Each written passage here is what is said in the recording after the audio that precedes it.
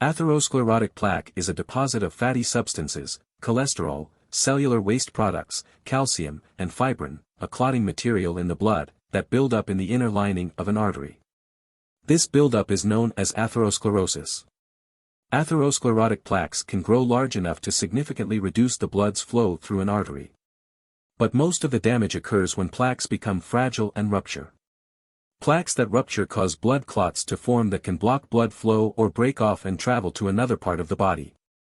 If either happens and blocks a blood vessel that feeds the heart or brain, it can cause a heart attack or stroke.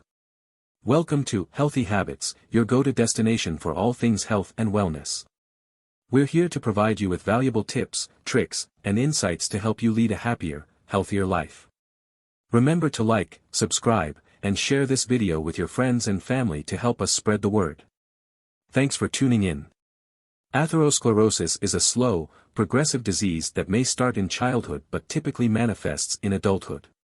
Factors that increase the risk of atherosclerosis include high levels of cholesterol and triglycerides in the blood, high blood pressure, smoking, diabetes, obesity, and a sedentary lifestyle. These factors cause damage to the inner layer of an artery, initiating an inflammatory response. The body sends white blood cells, lipoproteins, and other cellular substances to the site of injury which start to accumulate there, forming an atheromatous, or atherosclerotic, plaque. Over time, these plaques can narrow or completely block arteries, leading to reduced blood flow and potentially serious health complications. Research is increasingly discovering connections between our microbiome, the vast community of bacteria and other microbes living in our bodies, and a wide range of health issues, including the health of our cardiovascular system and arteries. One of the key ways the microbiome appears to impact cardiovascular health is through its role in metabolism and the processing of nutrients. Some gut bacteria are known to metabolize certain dietary nutrients into compounds that can have either beneficial or detrimental effects on our arterial health. The gut microbiota, the community of bacteria and other microbes living in our digestive tract, plays a crucial role in maintaining overall health, including cardiovascular health. The connection between our gut microbiota and arteries is complex and multifaceted, and research is ongoing to understand these relationships better. The gut microbiota influences our cardiovascular system in several ways. Metabolism of dietary components. Certain gut bacteria metabolize dietary components into metabolites that can affect cardiovascular health. For example, gut bacteria metabolize dietary choline and carnitine, found in red meat, eggs, and dairy products, into a compound called trimethylamine, TMA. The liver then converts TMA into trimethylamine N-oxide, TMAO. Higher levels of TMAO in the blood have been associated with a greater risk of atherosclerosis, a condition where plaque builds up in the arteries. TMAO may contribute to the accumulation of cholesterol in the arterial wall, promoting plaque formation.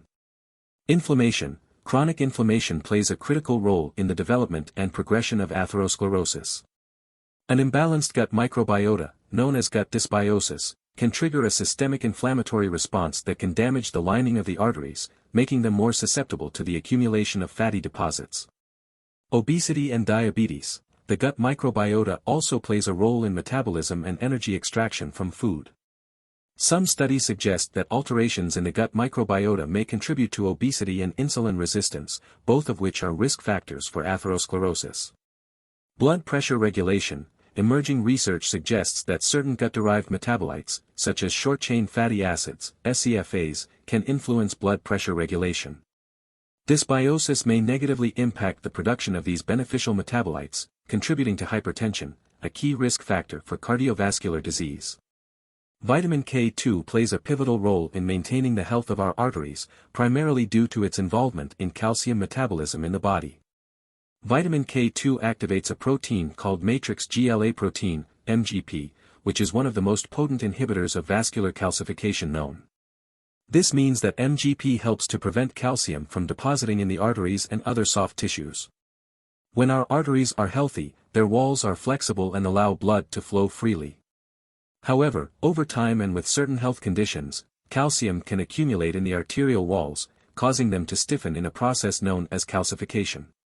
This arterial calcification is a significant risk factor for heart disease, as it can lead to increased blood pressure, decreased blood flow to vital organs, and an increased risk of heart attack or stroke. MGP, once activated by vitamin K2, binds to calcium and inhibits its deposit in the arterial walls, thereby helping to prevent arterial calcification. In the absence of sufficient vitamin K2, MGP can't perform its calcium-inhibiting duties effectively, increasing the risk of calcification.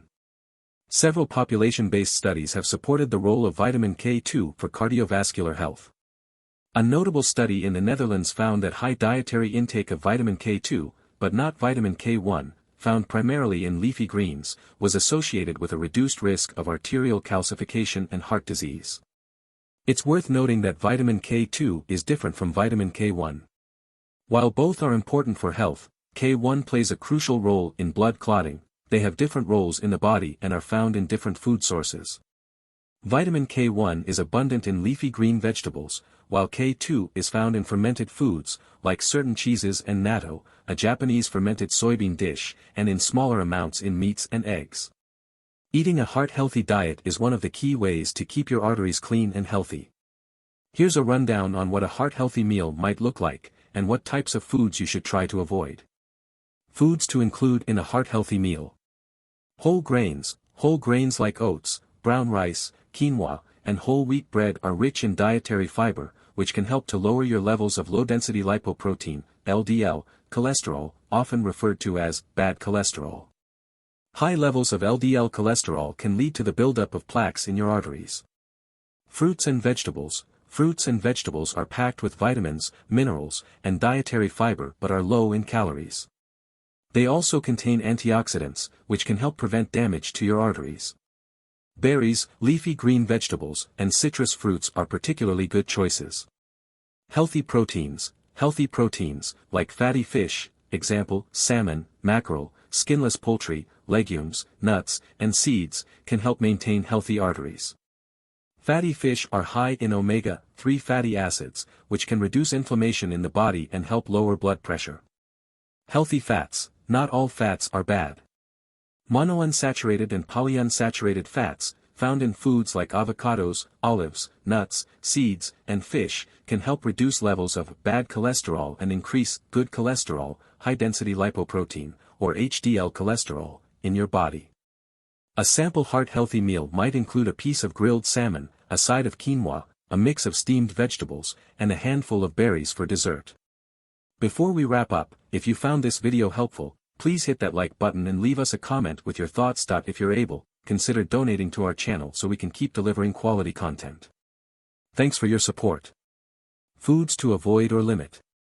Saturated and trans fats. These fats can raise your cholesterol levels and promote artery clogging plaque formation. Foods high in these types of fats include red meat, full-fat dairy products, and fried foods. Salt. High sodium intake can contribute to increased blood pressure, which can damage your arteries over time. Try to limit your consumption of high-sodium processed foods, and don't add extra salt to your meals. Added sugars. Consuming too much sugar can lead to weight gain, which puts extra strain on your heart. Additionally, sugary foods often lack nutritional value.